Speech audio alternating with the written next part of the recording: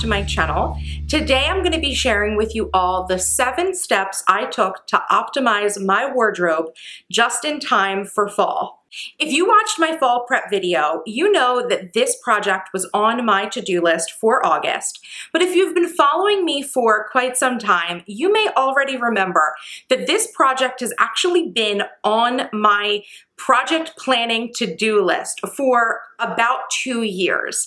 And it's something that I've just been pushing off and pushing off and pushing off as like not an essential thing that I need to work on. But I just recently completed it in the last week. And I have to tell you guys, I am so glad that this project is done, not just because it takes a huge weight off of my shoulders for things to do. If you guys are like me and you're type A, you know that like checking that box that you actually finished a project feels so good. But I also am so thrilled that this project is complete because it came out so great. I think I did a wonderful job reorganizing my closet and really optimizing it for my lifestyle and the way that I work and get ready in the morning.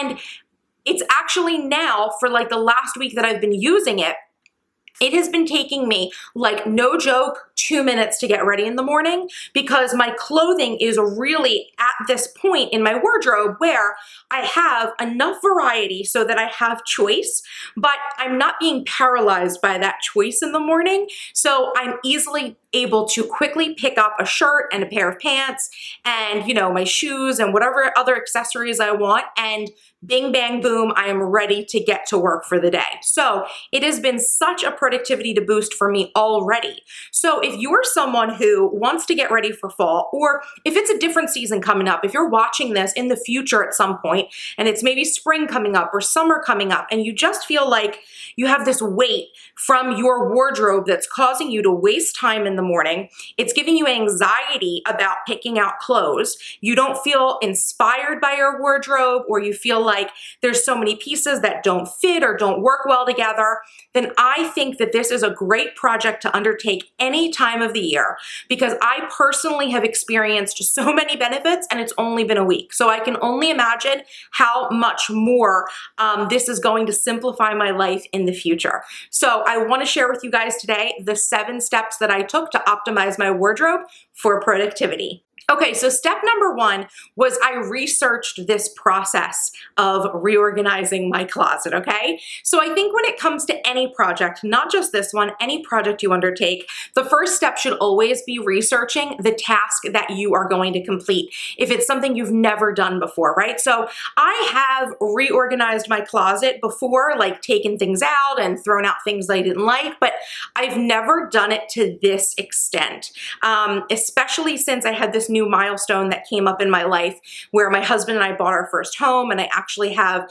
you know, my wardrobe is not any bigger, like the space that I physically have isn't necessarily any bigger or smaller than what I've been used to, but it definitely feels like a more important milestone, and that I feel like I'm putting more effort into my wardrobe because I'm in my, you know, forever home or whatnot. So this was a great time for me to undertake this, and I'd never really done something this big because I really wanted to not just pare down my wardrobe, but really identify what my style was and focus on that. So I'm not going to be talking about style per se, but I am going to share with you guys some research books that I read and some inspiration that I found online before I undertook this. So I did read a few books in preparation as part of this research step. Number 1 was the book 365 Style by Nikki Hilton. Now, I got this book and read through it like 2 years ago. I think it was like the fall of 2014, because that's when I really started this process of wanting to undertake this major overhaul to my wardrobe and my style. So it's been quite a while, but I refreshed myself on that book. And I love that book because Nikki Hilton has almost created her own sort of like guide for how to put together a stylish wardrobe with her own sort of philosophy. So the major premise of the book is that you need to decide 3 occasions in your life, in your lifestyle that you dress for. Then you choose for each of those occasions 6 staple wardrobe items and then 5 accessories. So that's the 365 of the 365 style book. And I think this is a really great streamlined approach to planning your wardrobe, which is why I really liked it. It wasn't something like a capsule wardrobe that I feel like is a really big fad going on right now for like the last year. That's all about minimizing to the point that you only have like a few items in your wardrobe. I really am the kind of person that likes variety, so this philosophy worked well for me, and I would highly recommend that book. So I'm going to leave it linked down below if you're interested. Another book that I reread is The Guide to Elegance, which is a book that I purchased, I think, when I was 20. And it was like my attempt at actually finding my personal style. Little like side story here. Some of you may know or may not know that for most of my grade schooling, I went to private school and wore a uniform. So when I got into college, I was really lost style-wise.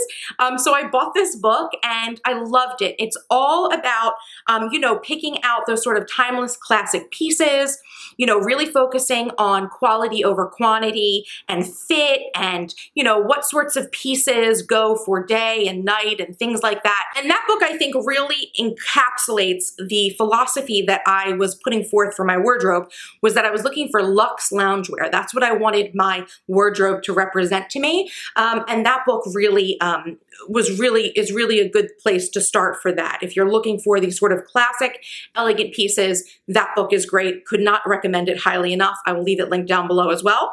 And the third book that I recently purchased is I Heart Your Style. Now, this is kind of like a general style book, but as someone who feels like they're not really a fashionista, I feel like I struggle with fashion. This was a book that I kind of showed me almost a wide variety of different fashion styles so I could see, where I feel like I fit in. And it was more of a fun read than something that was really tactical for me. 365 style was definitely more tactical. It actually tells you like what to do.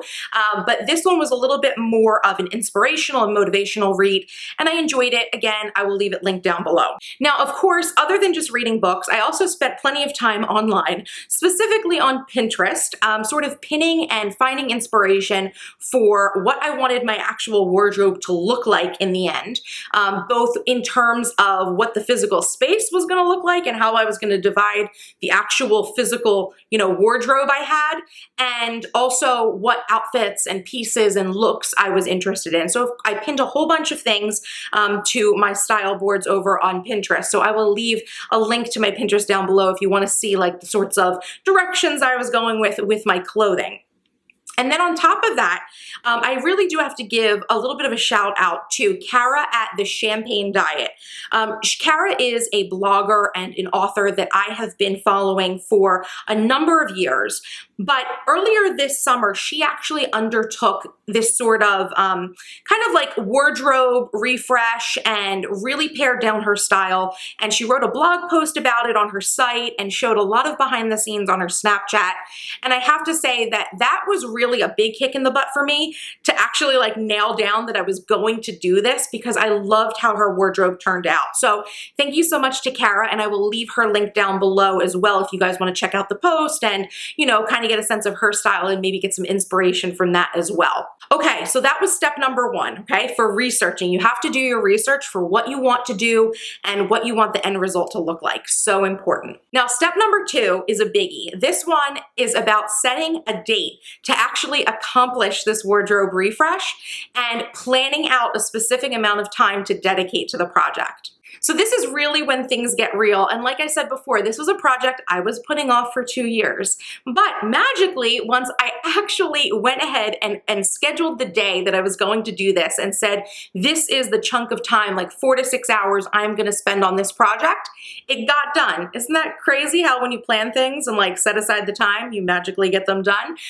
So that was a very big piece of actually scheduling this. The second tip I have for this and actually scheduling the time to get it done is to try to have an assistant with you, like someone who can act as your assistant, like a friend or a family member, someone who you trust, but someone who also is not afraid to speak their mind and be like a little bit ruthless if you're the kind of person who might be a little wishy-washy about your wardrobe. I had my aunt come to my house to help me with this, and she did a lot of just holding up pieces while I decided whether or not I wanted to keep them or if they belonged in my wardrobe. And she then actually like took anything that was being discarded and put it in like the piles and in the bags for me. Because if there's anything that I've learned from the TV show Hoarders, it's that if you're someone who is trying to get rid of things, the worst thing for you to do is actually physically touch the objects, because physically touching them like causes you to like want to keep them. So if you have someone who can hold up the pieces and kind of influence you and say, you know what, I think this is actually dirty, or it doesn't look like it'll fit, or can you try this on to make sure it fits? I think that that's better to have that, because you'll be more ruthless with cutting things out of your wardrobe. And I know that my aunt helped me immensely to make sure I was getting rid of all the pieces that really did need to be, you know, edited out of the wardrobe. Now, step number 3 is to get all of your clothing in one place and start processing through them. I had clothing in my wardrobe, in my closet, in my dresser, and I had a few boxes in storage as well that were off-season clothing. So I made sure to grab everything so I could process through each and every item of my wardrobe. Like, I did not want to leave any stone unturned. As I was working and processing through the items, I put the keepers for the hanging clothes back in the closet as we processed through them. But for anything that needed to be folded and put into drawers, I waited until we went through all of the clothes to actually put those items away. So I think this is a really good tip for you guys, because for me personally, I have like a lot of black t-shirts and leggings and a whole bunch of underwear. So it was easier for me to, you know, process through all the clothes before I put things back and decided what was actually going to stay and what was going to go, because you want to see everything you have. You don't want to like just process through bits and pieces and then realize that you threw too much away or kept too much because you were doing it in kind of like little chunks. So make sure you're processing through all your clothes before you physically put them away. Hanging clothes I think is different because you can actually see those when your wardrobe's open, but for anything that was folded, wait to put it away until you've gone through everything and folded it. Step number 4 is to make piles for trash, donation, giveaway, and any items you might want to sell. You want to make sure that you're trashing any items that are damaged, ruined, worn too much, or any unmentionables that may not be appropriate for giving away. So keep those in their own section so that you can trash those at once. You also want to make sure you have a pile of clothing for charity, right? So anything that you're going to be giving away, maybe clothes that are pretty new in good condition that just don't fit your style or don't fit you anymore, you know, you want to go ahead and make sure those go to a new home. But I would highly suggest that you check out the parameters that any charities kind of put out for acceptable donations, so you know what you can donate and you know what you might have to trash based on where you're going to be giving the clothes. And then of course, keep a separate pile of clothes for friends and family that you might want to give something to. If you know that your sister really likes this one sweater, you know, you can save it for her if it's something you want to give away.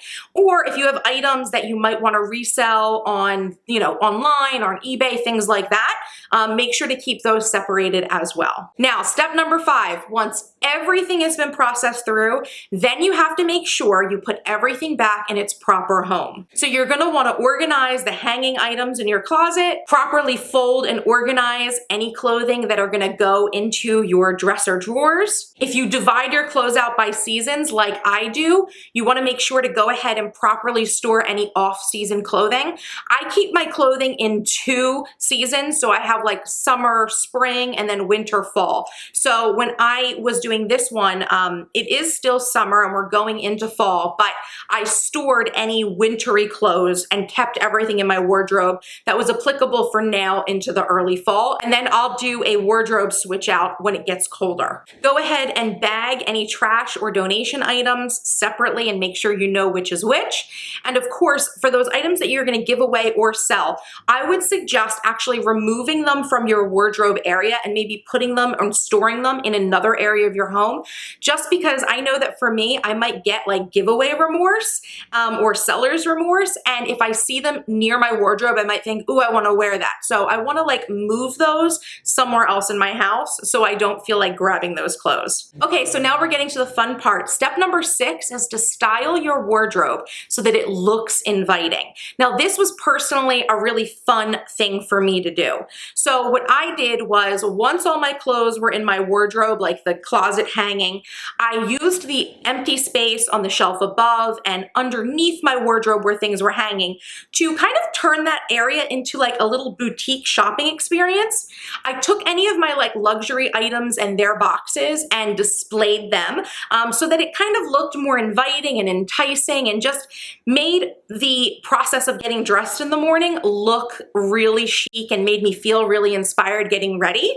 And then of course I made sure to leave out any bags or purses or accessories that I am going to use this season. And I kind of displayed them a little nicely. So when I go to my closet, it feels like I'm almost shopping. Now, similarly, if you use a dresser for your clothing, I would highly suggest using that top of your dresser and setting up like a little makeup station or kind of like a get ready station so that you actually feel inspired when you're putting on your clothes.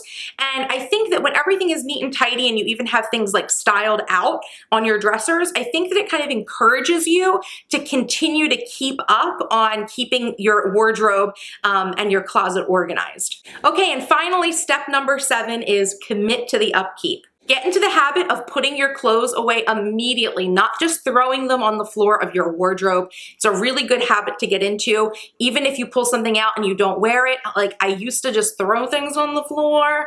But now that my closet looks really pretty, I make sure to put things back where they belong. Also, make sure to keep your drawers and the items inside well folded and orderly. I know that a dresser can very easily turn into like a jumble of clothing. So I actually use a technique for folding my clothes that are in my dresser into like thirds so that they stand up in the drawers. I learned this from a home organizing guru named Alejandra Costello here on YouTube. You guys may be familiar with her, but I use her technique and it's really great because when your clothes are actually standing up in the drawer, it's easy for you to see everything you have and pick what you want.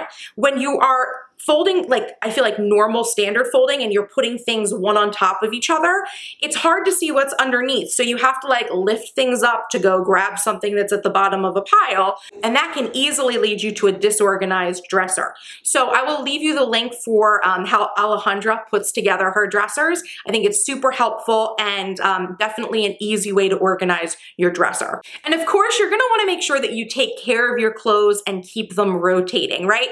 So the whole point of this whole reorganization of my closet was to get rid of pieces that I wasn't going to wear. So if I'm not rotating through my clothes in the future, I have to commit to getting rid of them. Similarly, if I go out shopping one day and I bring new clothes in, I really need to commit to, moving some things out of my wardrobe and either donating them or trashing them, giving them away, just so my wardrobe does not become a mess again in the future. Okay, so those were the 7 steps that I took to optimize my wardrobe for productivity. I'm telling you guys, my wardrobe looks amazing and so inspiring now. It is so easy for me to get dressed in the morning.